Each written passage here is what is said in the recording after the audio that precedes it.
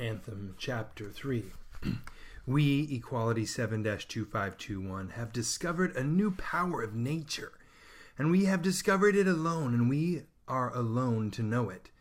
It is said, "Now let us be lashed for it, if we must." The Council of Scholars has said that we all know the things which exist, and therefore all the things which are not known by all do not exist.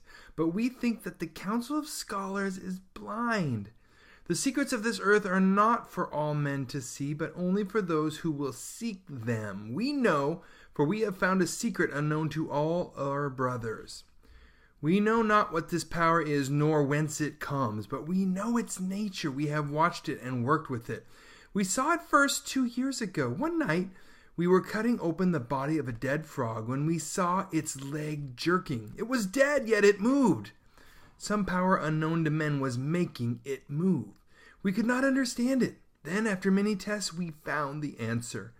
The frog had been hanging on a wire of copper, and it had been the metal of our knife which had sent a strange power to the copper through the brine of the frog's body.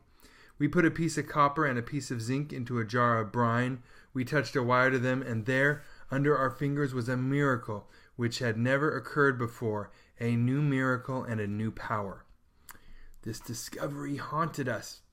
We followed it in preference to all our studies. We worked with it. We tested it in more ways than we can describe. And each step was another miracle unveiling before us. We came to know that we had found the greatest power on earth, for it defies all the laws known to men. It makes the needle move and turn on the compass which we stole from the home of the scholars. But we had been taught, when still a child, that the lodestone points to the north, and this is a law which nothing can change. Yet our new power defies all laws.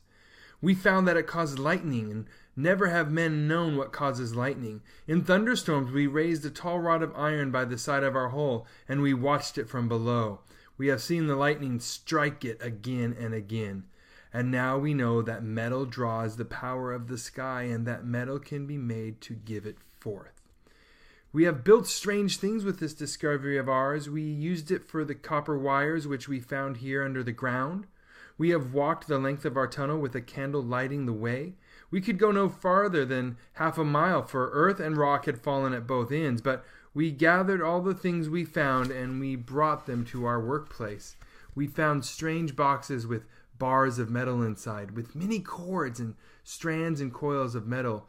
We found wires that led to strange little globes of glass on the walls. They contained threads of metal thinner than a spider's web. These things help us in our work. We do not understand them, but we think that the men of the unmentionable times had known our power of the sky, and these things had some relation to it. We do not know, but we shall learn. We cannot stop now, even though it frightens us that we are alone in our knowledge. No single one can possess greater wisdom than the many scholars who are elected by all men for their wisdom. Yet we do. We have fought against saying it, but now it is said. We do not care. We forget all men, all laws, and all things save our metals and our wires. So much is still to be learned. So long a road lies before us, and what care we if we must travel it alone?